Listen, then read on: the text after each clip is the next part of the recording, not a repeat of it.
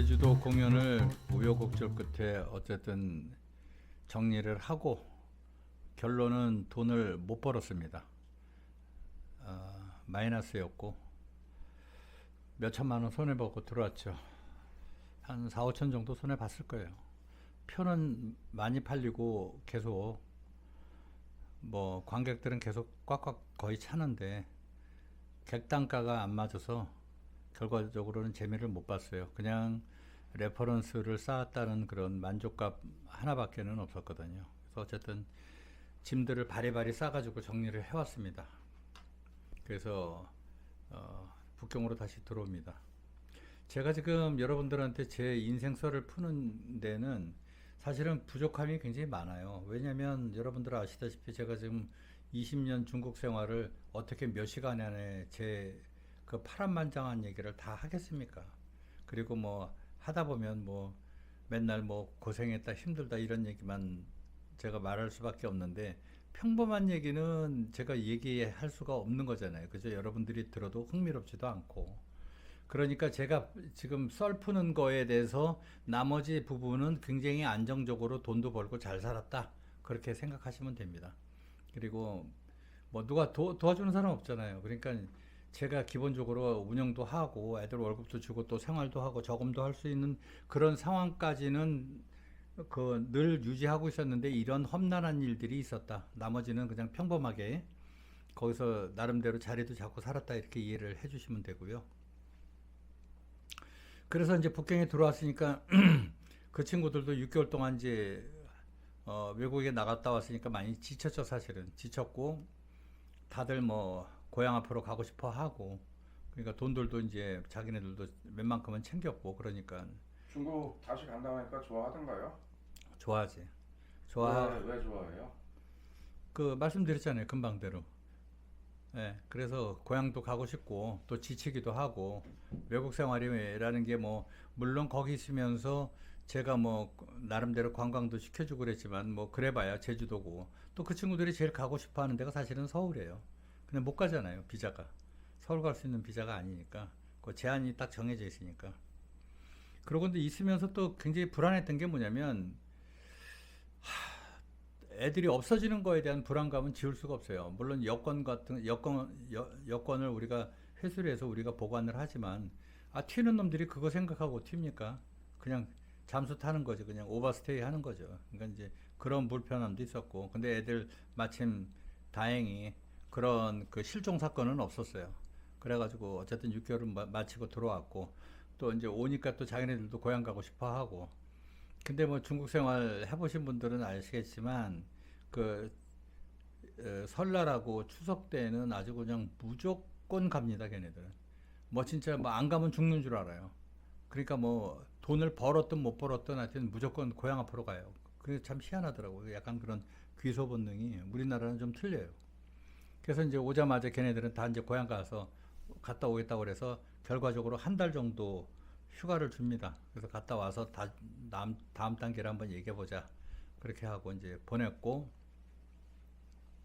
또 이제 그 내 연습실 겸 그 숙소는 이제 썰렁해지기 시작하는 거죠. 이제 그리고 여자친구하고 저하고 또 그 친구는 저녁에 집에 가고 그다음에 저녁엔 또 내 강아지하고 같이 이렇게 둘이 있고 이런 시간이 되다가 그 하나의 그런 사건이 생기는데 그게 뭐냐면 저는 사실은 이제 좀 그만하고 싶었어요. 지치기도 했고 또 말이 6개월이지 거기서 그 돈 못 벌고 6개월 동안 또 애들하고 그렇게 합숙하면서 그거 하는 게 쉽지 않잖아요. 그리고 걔네들을 관리하는 게 쉽지 않아요, 사실은. 왜 쉽지 않냐면 그 숙소를 정해놨잖아요. 그러면 숙소에 예를 들어서 7명, 8명 들어가 있지 않습니까? 그러면 걔네들이 그 저녁에 시끄럽게 굴 수 있잖아요. 그리고 시끄럽고 또 걔네들 말투도 막 시끄럽고 그러니까 어쨌든 12시 정도 밤 12시 넘으면 한국 정서상 다들 조용하잖아요. 그런데 이제 뭐 걔네들 또 나름대로 썰러썰러 대고 뭐 베란다에서 담배 피고 잘못하면 복도에 나와서 담배 피고 뭐 우리가 3층인가 4층 거기 하나씩 얻은 것 같은데 그러니까 그 관리하는데 되게 피곤했어요. 사실은 걔네들한테 주의도 줘야 되고 그 얘네들이 개념이 없는 게 그러고 나 인간적으로 걔네들한테 좀 실망한 게 뭐냐면 솔직히 걔네들의 그런 사회성이라든지 그런 수준을 좀 알기는 하지만 나올 때 보면은 뭐 에어컨도 안 켜고 안 끄고 나오고 막 이러니까 그런 것들이 좀 스트레스가 자꾸 짜증이 생기는 거야. 왜냐면 나는 그게 전부 단가인데 비용에 들어가는데 걔네들은 생각이 없는 거야. 내 돈 내는 거 아니다 이거지. 이제 뭐 그런 것도 있었고 그다음에 월급이 나가는 날에는 하루 늦을 수가 있어요. 왜냐면 주말에 토요일 같은 경우에가 만약에 월급 날이고 그러면 이제 끼고 그러면 월요일 주는 게 나는 맞다고 생각을 하고 아니면 일요일이라든지 근데 그거를 참지를 못해 애들이 아주 노골적으로 표현을 해요. 아 왜 안 주느냐고 막 이런 식으로 해서 약간 뭐 따지듯이 뭐 이러니까 한국 사람 정서에서는 기분 나쁠 수 있잖아요. 그러니까 이제 야 오늘 주말이니까 월요일 날 저기 줄게 뭐 지금 당장 쓸 일 있으면 다만 얼마씩이라도 내가 가보를 해주고 뭐 이렇게 얘기하면 뭐 대부분 그렇다고 그러는데 또 나머지 안 그런 애들은 뭐 대놓고 뭐 이러고 좀 어 그러니까 이제 나도 좀 상하기도 하고 그래서 돌아온 다음에 사실은 많이 지쳤어요. 그래서 이제 아 접는 게 어떨까 뭐 이런 생각이 들기도 하고 근데 이제 여자친구의 생각은 완전히 틀린 거죠. 아주 적극적이었어요. 무조건 포기하지 말고 해야 된다. 하자. 그래서 야 가서 돈 그렇게 몇 천만 원씩 손해 보고 왔고 고생도 했고 그런데 무슨 돈으로 또 시작을 하고 저걸 하고 또 극장을 또 다시 섭외해 가지고 하고 그러면 할 수는 있겠죠. 처음보다는 훨씬 쉽겠지. 우리가 레퍼런스가 있으니까. 근데 이제 거기에 대한 엄두도 안 나고 지친 거예요. 근데 이제 하게 되면 내 계산상으로는 한 100만 yuan 정도는 더 들 것 같더라고. 이제 새로 애들도 뽑고 뭐 물론 지금 하던 애들 중에서 뭐 쓰는 애들도 반 이상은 되겠지만 또 필요 없는 애들도 있어요. 사실은 억지로 쓴 애들도 있고 또 스스로 그만두겠다는 애들도 있고 이직률이 있으니까 그래서 이래저래 하면 100만 yuan 정도 한국 돈으로 얘기하면 한 1억 6천에서 8천 정도는 더 들겠더라고. 그러니까 뭐 나도 가진 돈도 많이 그렇게 그 정도는 없고 그러니까 이제 여러 가지 다른 거를 해야 되지 않을까 다시 제작 쪽으로 가야 되지 않을까 그런 생각들이 많이 들었어요. 근데 거기서 이제 여자친구는 생각이 틀린 거죠. 우리가 여태까지 고생을 했는데 끝까지 해야 되지 않겠는가. 근데 거슬러 올라가면 그 걔네들이 계약서 들고 도망갔다고 그랬잖아요. 그 창행이라는 애가 거기 팀장이었다고 그랬잖아요. 걔는 제주도 공연에 안 들어간 거예요. 걔는 안 온 거예요. 안 왔는데 걔는 올 수가 없지. 지가 뻔뻔스럽게 다 계약서 지가 드라이버 갖고 와서 다 뜯어가지고 보이지 않게 표시 안 나게 다 이렇게 벌려가지고 다 나눠주고 자기는 유학 간다고 나한테 거짓말하고 진짜 양아치지. 양아치도 그런 양아치가 없잖아요. 근데 걔가 헤어진 이유가 나중에 알게 됐어요.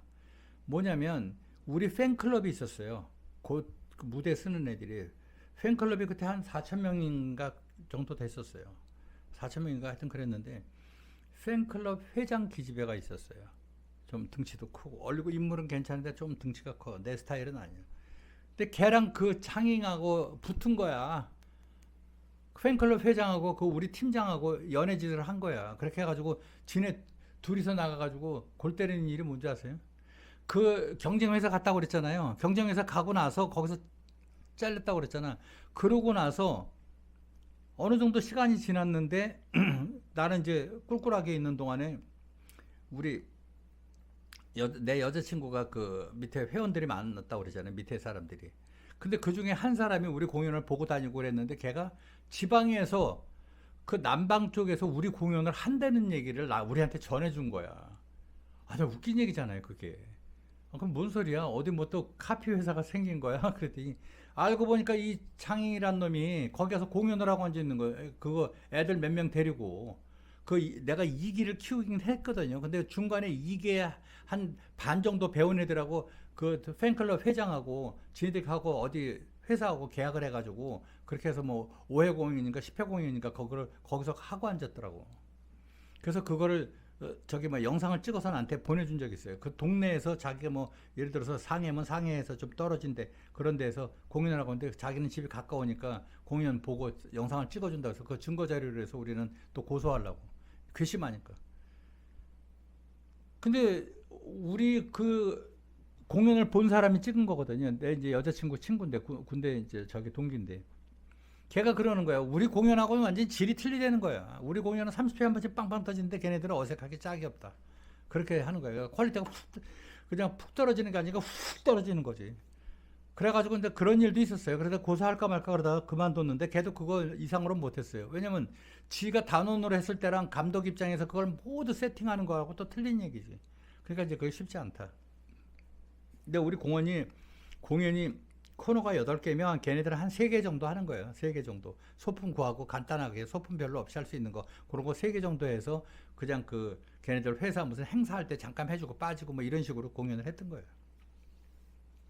그러니까 그런 일도 있었고 저런 일도 있었고 그러니까 나는 이제 점점 여기에 학을 띠게 되는 거지. 근데 내 여자친구가 자기는 했으면 좋겠다고. 그래서 돈이 든다 더 이상 하면 안 된다. 그러니까 자기가 돈을 갖고 오겠다는 거야. 투자를 하겠다고. 투자를 하겠다고 그러는데 그 돈이 경제적인 여유가 있다는 걸 제가 말씀드렸잖아요. 그리고 뭐 집도 해가지고 뭐 몇 채씩 있고 그리고 그 동안에 또 뭐 해서 집을 또 하나 또 만들었어요. 그래서 이제 뭐 그렇게 해서 집도 있고 그런데 엄마하고 아버지하고 모시고 사는데 어머니가 굉장히 뚱뚱해. 굉장히 뚱뚱하고 아버지는 이제 좀 우락부락한 사람이고 시골 노인네 같은 적인데 배우지는 못했어도 고집이 완전 황소고집이에요. 그러니까 둘이서 매일 싸우는 거야 매일. 그 내가 컨설팅 해준 적도 있다니까요. 너무 싸운다고 그래서 내가 가서 좀 얘기 좀 해주면 안 되겠느냐. 근데 나를 좋아했어 그분들이. 그 공연장에 자주 왔었지. 그래가지고 오면은 막 리할 뭐 최고라 그러고 막 그렇게 칭찬도 해주시고 그래서 내가 한번 그래서 그분들을 컨설팅해서 싸움이 좀 잦아진 적이 있었어요. 그게 뭐냐면 한번 모시고 오라고 그래서 회사 뭐 자주 오셨으니까 한 달에 최소한 한 번 정도는 오셨으니까 그저 오면은 이제 그날은 내가 작심을 하고 저기 하는 거지. 뭐 어저께도 막 새벽 2시까지 싸웠다고 뭐 저쩌고. 근데 그 아버지가 뭐 하시는 분이냐면 은퇴를 해가지고 직급은 없어요. 직급은 없는데 그때 지하철이나 버스 정거장에 약간 그 트라이시클 같은 거 있잖아요. 그 동남아 가면 트라이시클 있잖아요. 그거 3륜 자전거도 있고 트라이시클도 있고 자전거에 개조해가지고 뒤에 2사람 태우고 가는 거. 그거 지하철 앞에서 그거 손님 호객해가지고 그거 태워주면서 1,000원도 받고 2,000원도 받고 그걸 하셨다니까요. 그러니까 이제 말년에 심심하다고 그걸 하셨어. 근데 그 양반이 돈이 없어. 그냥 국가에서 나온 연금 그냥 한 달 우리나라 돈으로 한 20만 원 정도, 30만 원 갖고 사는데 이제 그러고 이제 뭐 술 먹고 돌아오면서 싸우고 하여튼 맨날 싸워 맨날 아주 그냥 지긋지긋하게 고름 나오게 싸워 맨날. 그러니까 이제 얘는 딸내미 입장에서 굉장히 힘든 거지. 그래서 내가 그날 컨설팅을 작심하고 했어. 두 분이 앉으시라고 그래가지고 제가 나이는 굉장히 어리지만 제가 한 말씀 하겠다고 그랬더니 이제 그만 싸우시는 게 어떻겠느냐. 그래서 제가 한 가지만 부탁드릴 테니까 제 생각을 좀 들어줄 수 있겠냐. 그러니까 듣겠다는 거예요. 그래서 죄송한데 지금부터 눈을 좀 감아달라고 그랬어. 그 눈을 감았어. 두 분이서 이렇게 싸우시는데 결론은 하나인 것 같다. 그게 무슨 말이냐? 자, 어머니 지금부터 상상해 보세요. 제가 이제 극단적으로 말씀드립니다. 상상해 보세요. 어머니, 지금부터 아버지가 돌아가시고 안 계시다고 생각해 보세요. 아버지가 돌아가셨어. 오늘. 자, 어머니 어떻습니까? 가만히 들어. 지금부터 상상을 해 보세요. 그런 일이 있어서는 안 되겠지만 지금부터 상상을 해 보세요. 아버지는 어머니가 오늘 돌아가셨다고 생각하고 상상해 보시라고. 그래도 싸우시겠어요? 그때 어머니가 조금 이따 흑흑대고 우시더라고.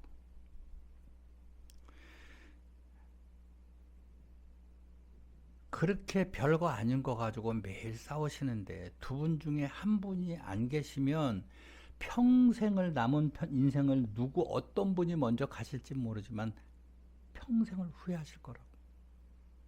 지금 잠깐 상상해 보시지 않았느냐고. 이제 그만 싸우시라고. 근데 그 다음부터는 싸움이 좀 잦아졌어요. 조금 줄어들었어. 그래서 저거 하는 차에 이제 여자친구가 계속 투자를 하겠다 고집을 부리고 뭐 이러는 사이에 아버지한테 전화가 옵니다.